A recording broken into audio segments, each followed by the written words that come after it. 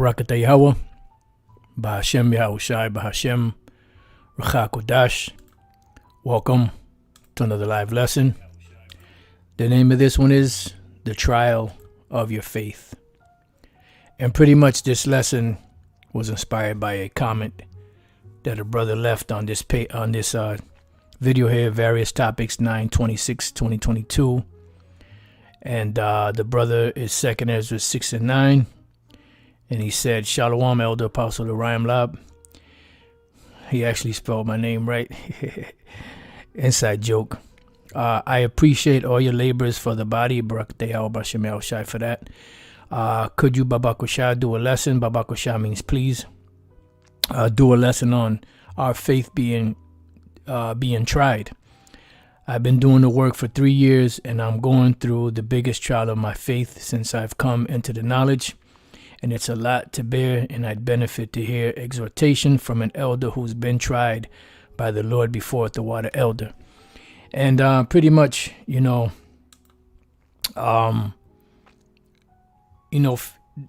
trial of our faith is, pretty much dealing with our belief, pretty much, like how far would we be willing to go, in this knowledge, dealing, knowing what we know, the faith, this word being opened up to us, and how far are we willing to go to show, our love for Yahweh Bashem Yahushai, and it gets tough at times, and it does, as a young man back, in the school, when I first came in, I tell a story from time to time.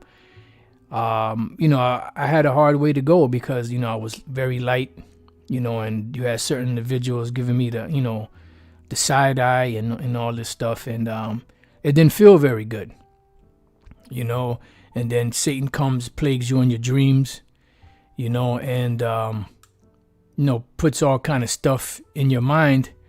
And pretty much what it is, it's a form or a method to try to get you out of there. He'll put the, demons jump on people and they'll come at you and say certain things. And the things that they'll say to you, which we should know at that moment that is them demons messing with us, is stuff that you're actually dealing with internally that you're not really telling everybody about. But the thing is, being a young man in the knowledge, you're still just pretty much learning. You're still pretty much trying to get your balance. You're trying to get the balance right, as the song goes, and it's not an easy road, but anyone that is a part of the elect, they're going to go through what they go through, and then eventually the Lord will bring them out of it. Because let's go real quick to the book of 1 Corinthians. And we have to see, when we come to this knowledge, when the Lord brings us into the knowledge, and we have the understanding in our mind that we come to this knowledge to suffer, to catch hell, to go through situations, to lose things, it makes it a little easier to deal with. Although don't get me wrong, it's not an easy thing, to lose things, especially things that are very dear to you. But at least if we have that mindset that, well, the scriptures say that we're going to lose these things, that our family members are going to come against us, that it's possible that we may lose our wife, our children, jobs, and, relationships between our next of kin, so on and so forth. It makes it a little easier to embrace for that impact. Okay? In 1 Corinthians 10 and 13, it says, there hath no temptation taken you but such as is common to man. So whatever you're going through, you ain't going through anything that any other brother hasn't been through or isn't going through themselves. And this is another thing to keep in mind. Just bear with me 1 second.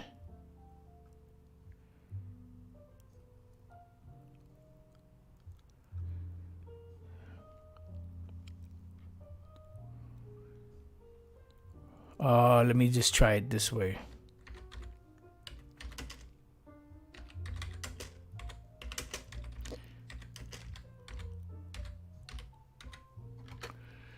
Another precept came to mind. Let me just write this down.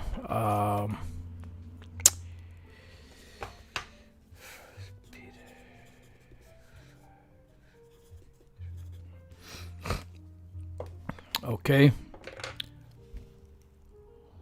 Let me try it this way.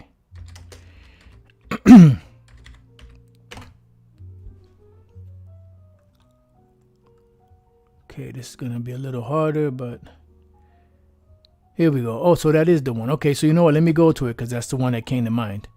1 Peter 5:8. Be sober, be vigilant, because your adversary the devil as a roaring lion walketh about, seeking whom he may devour.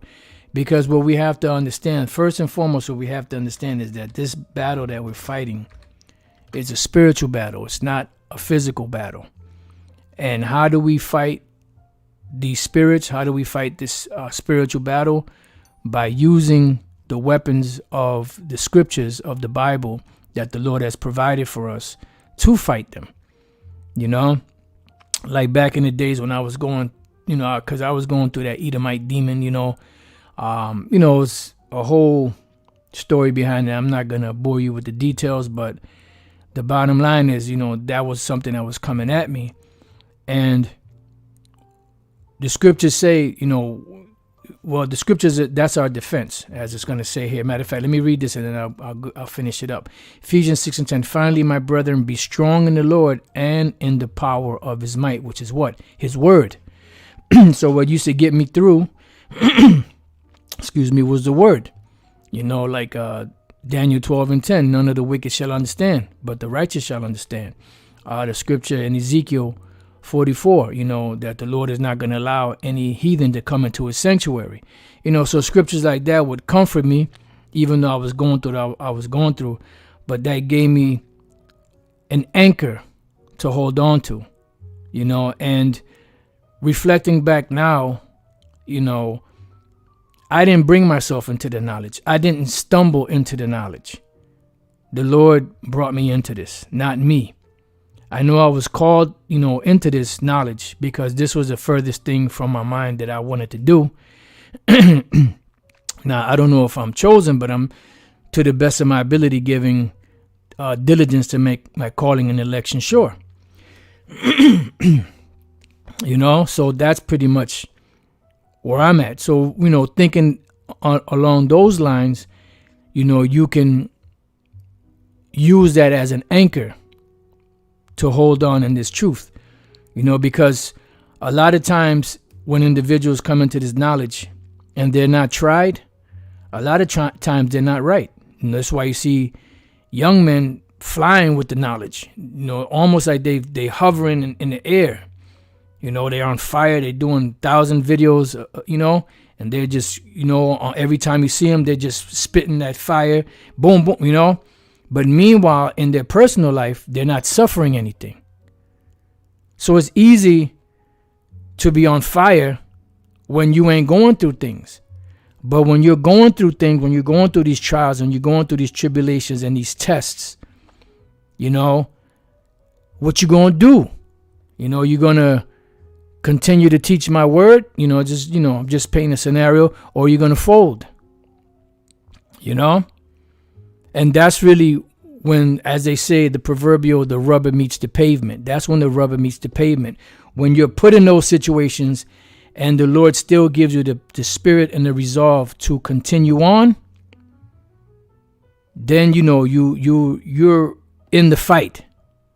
But if you just, just learning and just spitting fire and, and you ain't really going through anything, you ain't going through no trials or tribulations, you ain't losing nothing, then it's easy to roll like that. Shit. Anybody can roll like that. You could turn it on, turn it off whenever you want. You ain't got no obstacles that's coming your way. You ain't got nothing to worry about. It's easy to roll that way. But when you lose things like Job did and still maintain that integrity in the Lord Yahweh Bashem Yahushai, now you're coming to the point where you understand what it means to have faith. Because faith without works is dead. But faith with works is perfection. And when you're going through things and you're still able to continue on with the works, that's showing your faith, no matter how great or how small it may be. Yahweh said, if you have faith as a mustard seed, it'll grow. The beautiful thing about faith is that it grows. You may not see it, but others see it in you. All right.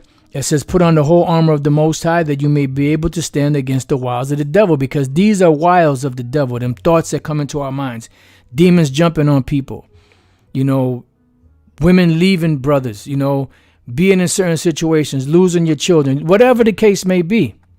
These are all the wiles of the devil. Remember, reflect back to Job. What happened to Job? The Most High bragged about Job, his righteousness, how he eschewed evil. He avoided evil at all costs. He was one of the most righteous men that ever stepped on the earth. Of course, we know that the most righteous is Yahushai, but he's one of those top righteous men that stepped on the earth. But then Satan was like, what? Well, if you make him lose this and lose that and the other, of course he's going to be faithful to you. He got this, he got that. He ain't lost this, he didn't lose anything. Of course he's going to be faithful. And the Lord allows Satan to do what? To take away his children, to take away everything from him. And even going so far as to put diseases on him. On top of all that misery. Then, on top of that, have his woman curse him out. Like if he was just some thug off the street. Then, on top of that, having his friends, closest friends, cursing him out. Shit, that's enough to make a person go insane. Then he's trying to go to sleep, can't sleep because the Lord is plaguing him in dreams. But yet, still in all, this man maintained his integrity to the Lord. Now, if that's not a testimony of faith, I don't know what is. And this is why these things are written, because it says that the things that were written aforetime were written for our learning, that we through patience and comfort of the scriptures might have hope. Because hope is what? Hope is faith. Hope is the anchor that keeps us in place when all these tribulations and all these storms, of affliction come our way. That is the anchor. And this is why you've heard us say many times before through the Spirit that a lot of individuals that come into this knowledge don't understand what they're involved in. Because you have to be able to count the cost. You got to read Luke, the 14th chapter, I believe it is. You have to be able to count the cost. When you come into this thing, you come into this thing to lose everything. Matter of fact, let me get that. And then let me finish reading this, and then we'll, try to go back to these precepts, because it's a lot. The Spirit got a lot coming hot and heavy. It's coming hot and heavy on the track. For we wrestle not against flesh and blood, and this is the key. We ain't wrestling against flesh and blood, because if we wrestle against flesh and blood, you're either going to win or you're going to lose. And even if you win, you may have a few bruises on you that will eventually heal. And even if you lose, you have bruises on you that will eventually heal. But this battle that we battling and fighting is a spiritual warfare. But against principalities, which principalities, when you look it up, it's a hierarchy of demons. All right? And this verse here cuts vocab and cuts the so-called Christians and that bullshit that Satan was cast out of heaven. Against powers, which is what? These different spirits. Also, these governmental agencies that are established, that are being influenced by these demons. You see humans running it, but them demons are working on their minds, blessing their ventures to get done what they're doing. Against the rulers of the darkness of this world. When you look up the word rulers of the darkness of this world, it goes into a word called cosmokrator.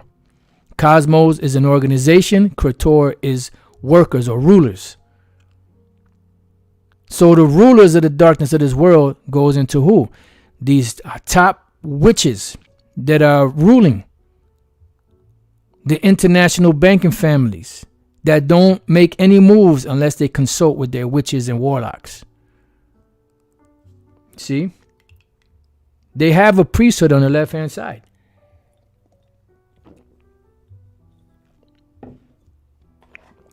And that priesthood on the left-hand side prays against us every day, round the clock. Like right now, there's heavy curses going up, especially as we're approaching so-called Halloween, which is one of their top satanic high holy days. Halloween to them is like the Passover to us. So we should be putting up major curses against these devils every day. It says against spiritual wickedness, what? In high places. So how in the hell could Satan have gotten kicked out of heaven if there's spiritual wickedness in high places still? You see? It's total lunacy what them Christians are teaching.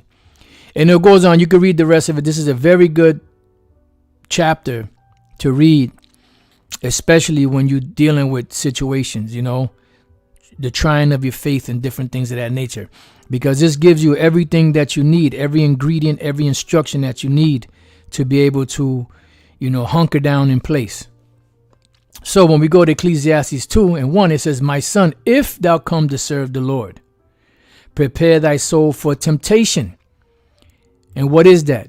Counting the cost. Being mentally prepared for what's coming.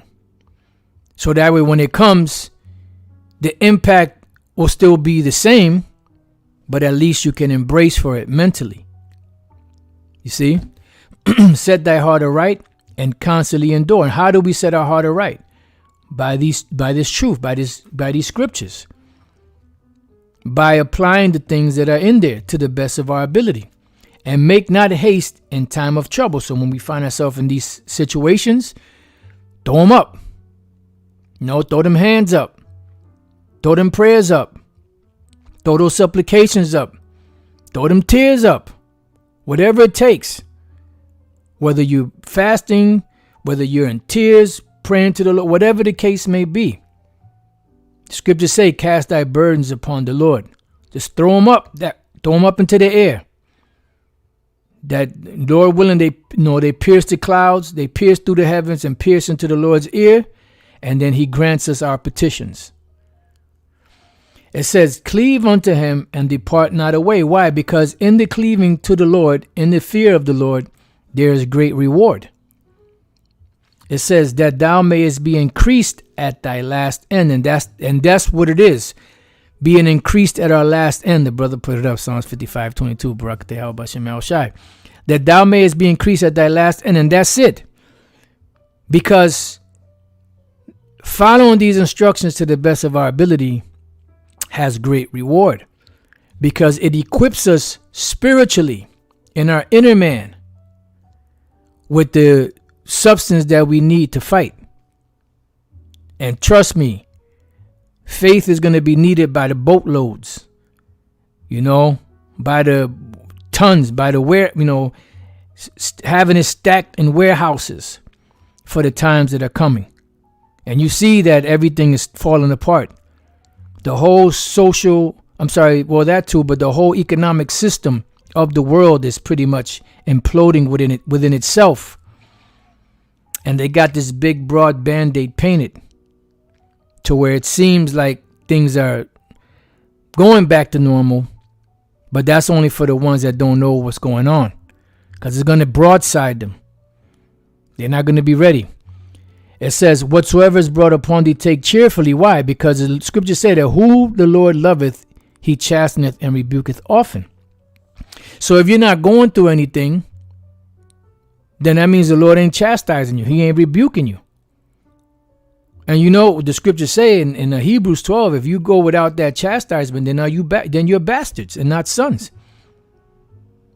Because whom the Lord loves, he chasteneth and rebuketh often.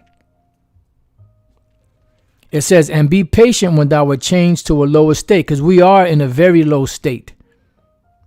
And when we go through certain trials and tribulations, losses, and whatever it may be, physical losses or going through ailments, we have to be patient.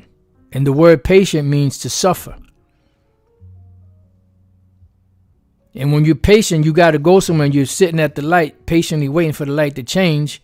And it ain't like you could run the light because you got 2 cars in front of you, 3 cars to the side of you, 3 cars to the other side of you, and 4 cars behind you.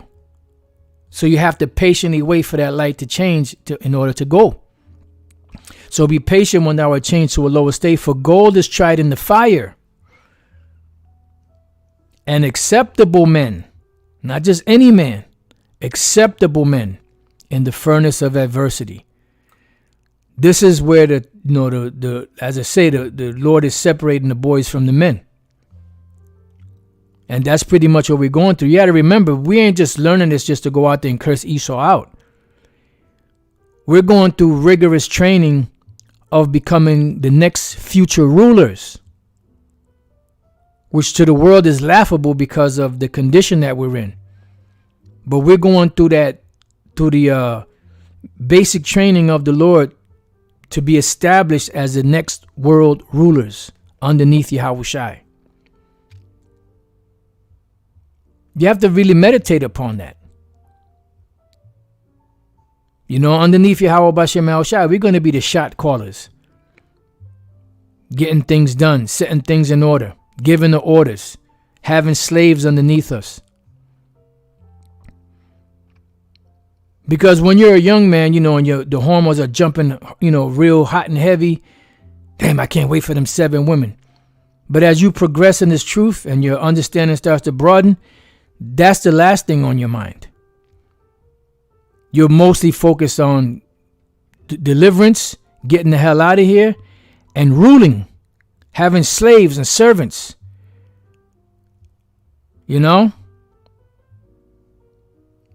That gets you aroused more than anything else. But that comes with time and understanding. It says, believe in him and he will help thee. Order thy way aright and trust in him. Ye that fear the Lord, wait for his mercy and go not aside, lest you fall. Right? Because outside of the graces of the Lord, there's nothing else. Because the world is hopeless. The world is totally wicked. Who are you going to run to? Inside joke, but true. Yeah, rulership and immortality. That's another one. Immortality. And why do you think these devils are pushing so hard for that, to make themselves immortal, to make themselves live forever? Because that is the ultimate goal. Godhood. Godhood is the ultimate goal. Shit, that's a lesson right there for a brother if they want it. Godhood is the ultimate goal. Ye that fear the Lord, believe in him, and your reward shall not fail. Ye that fear the Lord, hope for good and for everlasting joy and mercy. Look at the generations of old and see, did ever any trust in the Lord and was confounded? And the answer to that is no. Or did any abide in his fear and was forsaken? Or whom did he ever despise that called upon him? And you can read the rest. This is a very good chapter, a faith boosting chapter. So going back to 1 Peter 5:8, be sober, be vigilant, because your adversary, the devil, as a roaring lion, walketh about, seeking whom he may devour. He's looking for the weak links. Hit the button. That's right. Hey, shalom to the Akim. If there's any apostles, bishops, elders, shalom to all of you. A few sisters, sincere ones, the ones that are really fighting and striving in this truth to the best of their ability. Now, this is the key right here. Whom resist steadfast in the faith. So how do we resist Satan? By being steadfast in the faith. And it comes with progression. It comes with, experience and time. It doesn't come overnight. But you build up on it. Knowing that the same afflictions, this is the point, are accomplished in your brethren that are in the world. So when we read here, we're going to come back to this. When we read here in 1 Corinthians 10:13, there have no temptation taken you but such as is common to man. That same temptation that we go through is the same temptation that's accomplished in your brethren that are in the world. Then it goes on to say, but the power of all grace, who hath called us unto his eternal glory by Yahushua HaMashiach. Because we were called to definitely called. There's no mistake that we were called. But are we chosen? We don't know. We hope. So we were called into this grace after, see, listen, after that you have suffered, after, not before. Before honor comes humility. After that you have suffered a while. So suffering causes what? Perfection. Matter of fact, let's go real quick to Hebrews chapter 2. I believe that's Hebrews chapter 2. Beautiful, yep. Hebrews 2:10. For it became him, Yahushai, for whom are all things, and by whom are all things, and bringing many sons unto glory, to make the captain of their salvation perfect through sufferings. This is how Yahushai was perfected, through the sufferings. So when after that we have suffered a while, what? Make you perfect. Establish, meaning what? That perfection brings stability. Strengthen, it brings strength. Settle you, we become settled. Because we're not going out of our mind wondering what the hell is going on. Which leads us to another precept in the book of 1 Peter 4 and 12. It says, Beloved, think it not strange concerning the fiery trial which is to try you, as though some strange thing happened unto you. Why? Because we read about these things in the scriptures. You know? And brothers are putting beautiful precepts up. The water brothers. Beautiful precepts up, that go all into it. So you're getting the, as the Elder Pastor says, you're getting a lesson, plus you're getting a lesson on the comment board, on the live chat. And then when it's done and the brothers put more comments in the comment section, you get another lesson. So, beloved, think it not strange concerning the fiery trial which is to try you, as though some strange thing happened unto you. Why? Because you've been told. This is why the Apostle Paul said, I have not shunned to tell you all, to reveal to you all the gospel. Every bit of it. Why do you think the Apostle Paul was so adamant in speaking about his afflictions and the things that he went through among false brethren and in the cold and hunger and all of that? He wasn't saying it because he was trying to big himself up. He was saying it because he was trying to comfort those that were going through the same things and letting them know, look, I went through it. I came out on the other side through it. So you're going to get through it. No worries. No worries. But rejoice in as much, Salaki, for 1 minute, just something came to mind. I want to write this down.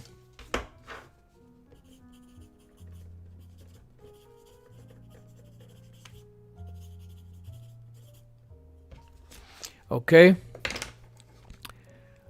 But rejoice in as much as you are partakers of Yahweh's sufferings, that when his glory shall be revealed, you may be glad also with exceeding joy.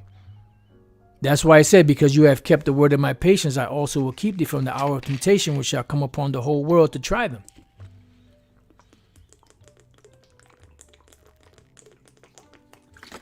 Salakia. If you be reproached for the name of Yahushua, happy are ye, for the spirit of glory and of the Most High resteth upon you. And on their part he is evil spoken of, but on your part he is glorified, right? Because those that talk shit, they're going to be destroyed. Those that are in favor, those are the ones that will be delivered. Okay?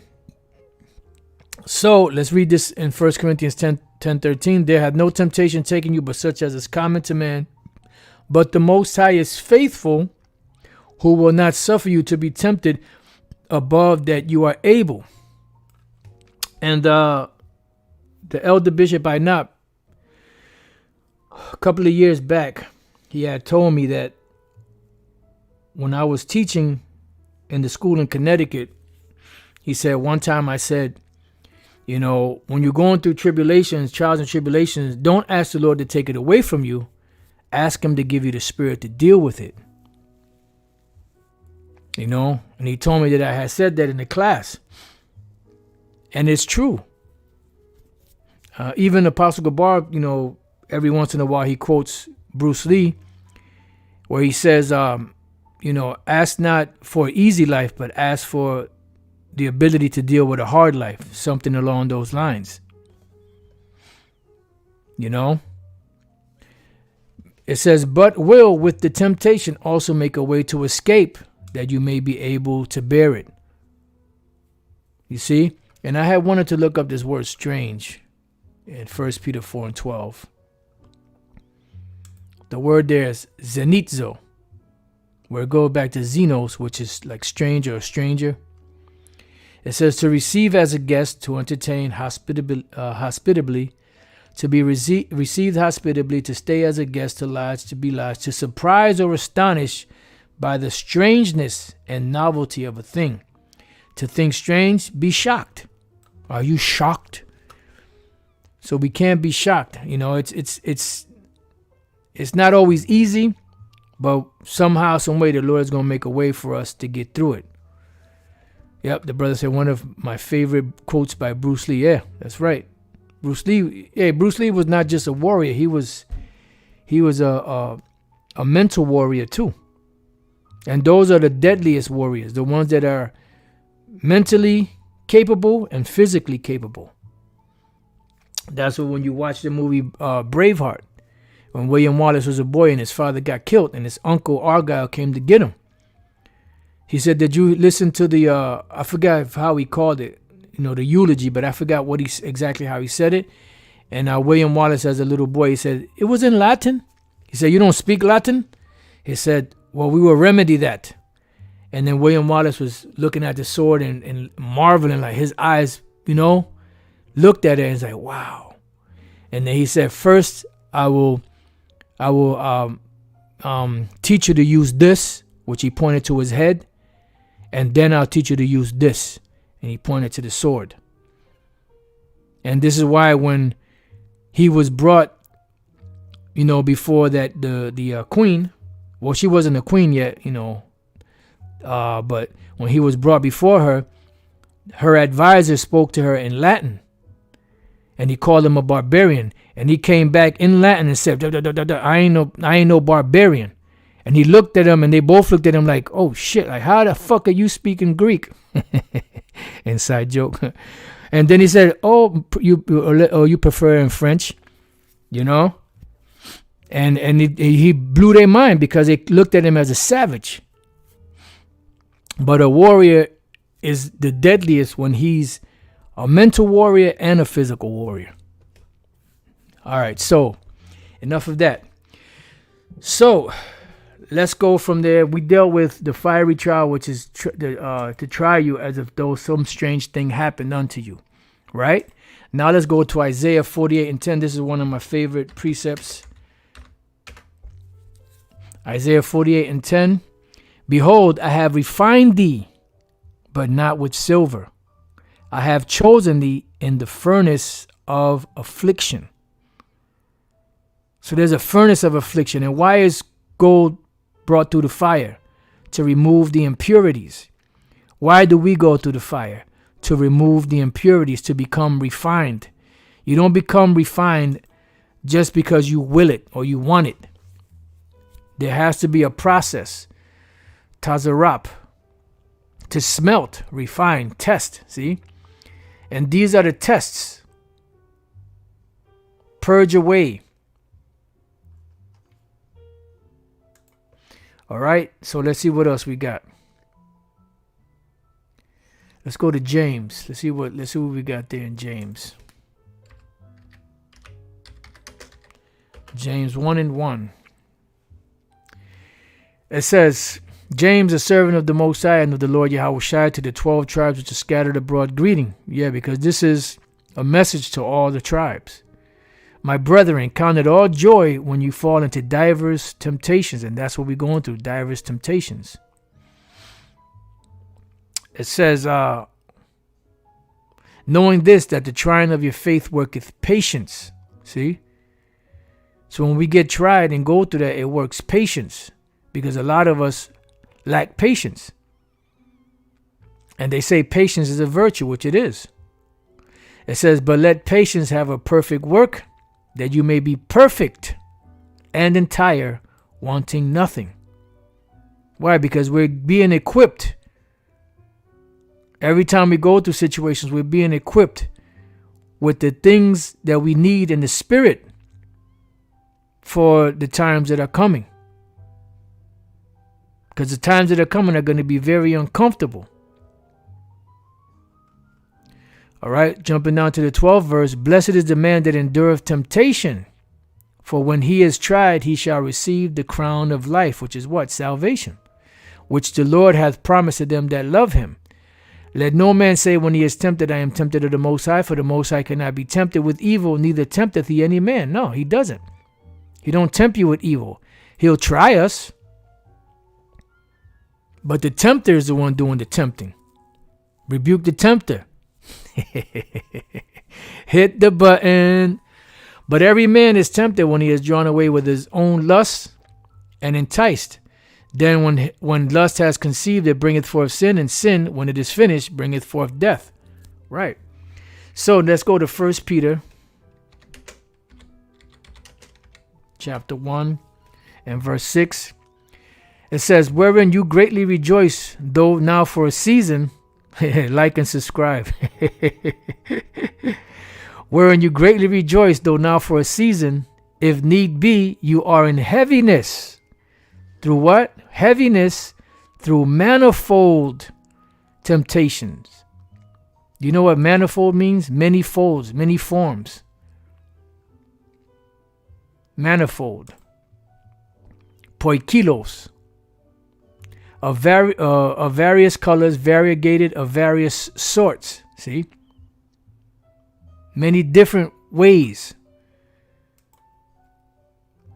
Because that devil Satan, he gets creative, man.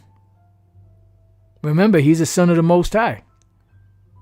So we're in heaviness through manifold temptations, that the trial of your faith, being much more precious than of gold that perisheth.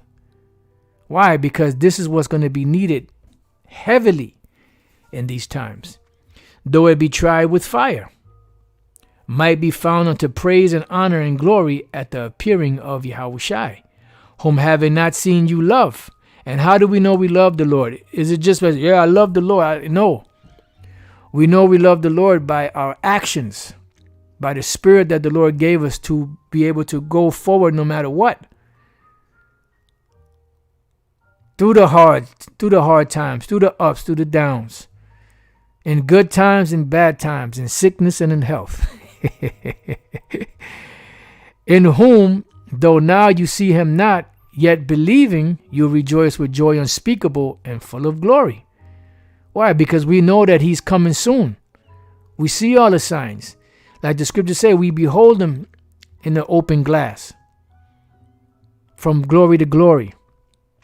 Then it goes on to say, receiving the end of your faith, even the salvation of your souls, which this is a cut to them so-called Christians. Because they said they're saved. You ain't saved. Receiving the end of your faith, even the salvation of your souls. And it goes on. You can read more. We're just hitting points here. You're going to get pints. All right, let's go from there. Let's go to the book of James. Because remember, Job, you got to read the story of Job. I can't stress it enough. When you read that whole book of Job, you get that sense of, man, this man has some serious integrity. This man went through pure hell that makes our hell pale in comparison. This man went through the Lord drugged this man through hell and back a few times. And this man was righteous. But it was done for us so that we can have all of these different examples so that when we go through our moments, we have something to reflect on. So James chapter 5, let's go to the 10th verse. It says, "Take my brethren, the prophets, who have spoken in the name of the Lord, for an example of suffering, affliction, and of patience. Behold, we count them happy which" what? "Endure."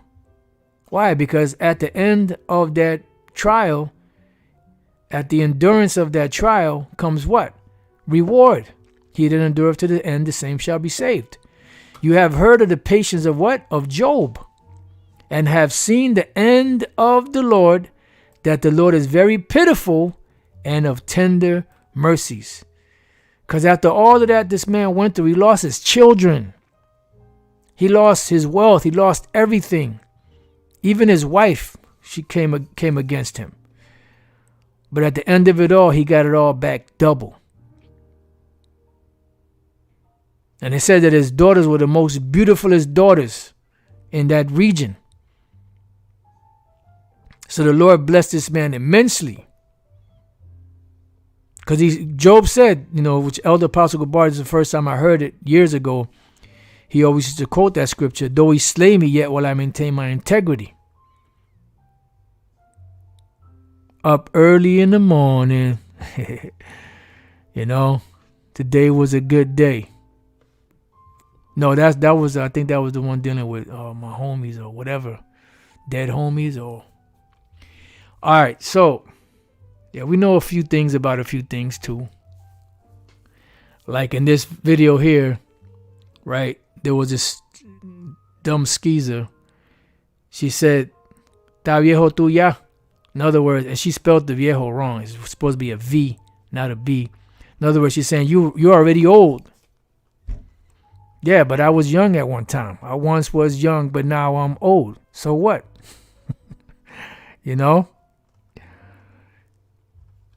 So where are we? James 5.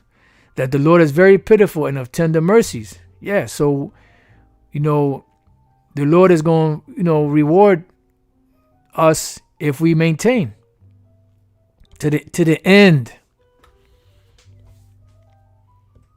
All right, let's see what else we got.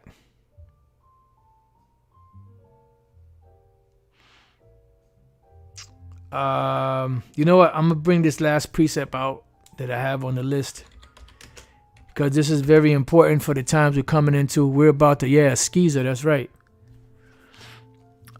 This is very important for the times we're coming into right now, as we see the world turning. We see the economy imploding with these dollars.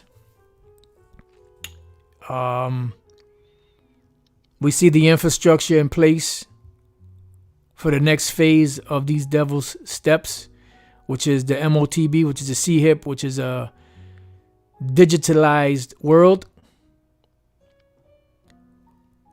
What we're going through right now is a refining process that will help us in those days. And I know you brothers remember that woman that asked that the silver refiner, or whatever he was called, silversmith, of the process dealing with refining silver. And he told her all the processes that we went through. They had to go through this, had to go through that. And then he had to put it in the fire. And then she said, "Well, when do you know when it's ready?" Because he said if you put too much fire on it, it'll mess it up. But if you don't put enough fire on it, it won't be perfect. So she said, "Well, when do you know it's perfect?" And he said to her, "Oh, that's an easy one." He said, "When I see my reflection in it, or when I see myself in it." So essentially, what we're going through these trials and tribulations is a removing of the dross of the impurities, so that the image of Yahweh B'Shem Yahushai can be seen in us. And I thought that was a very heavy story. And it's very simple, which the truth is very simple. This is why when Yahushai spoke and he gave those parables, what did he do? He spoke with things that were very easy to understand. Leaves from a tree, figs, the actual tree, the sun, the moon, the stars, the ground, flowers, seeds, planting, plucking, all things that can be easily understood. Revelation 3:10, because thou hast kept the word of my patience. Patience means to suffer. I also will keep thee from the hour of temptation. I also will keep thee from the hour of temptation, which the final hour of temptation is what? The C-hip, which is the MOTB. It says, which shall come upon all the world, oikumene, the whole entire world, to try them that dwell upon the earth, gi or gay, which is the whole earth. It said it twice. So this is the ultimate goal. It's to be delivered, but also before the deliverance to be shielded, protected from the things that are coming. Shielded and protected from the very thing that once the world takes, they will be destroyed, that we may be delivered and protected from that. Because we ask the Lord to destroy this place, but also remember mercy and to remember us and have mercy upon us in the midst of all of that destruction. All right. So with that, I pray that the brother's the question was answered. He asked about his faith being tried, if I could do a lesson on it. And it's going to intensify. But as it intensifies, the Lord is going to give us a spirit to endure and deal with it. So with that, I pray that you brothers and few sisters have been edified. To the next time I say, Shalom.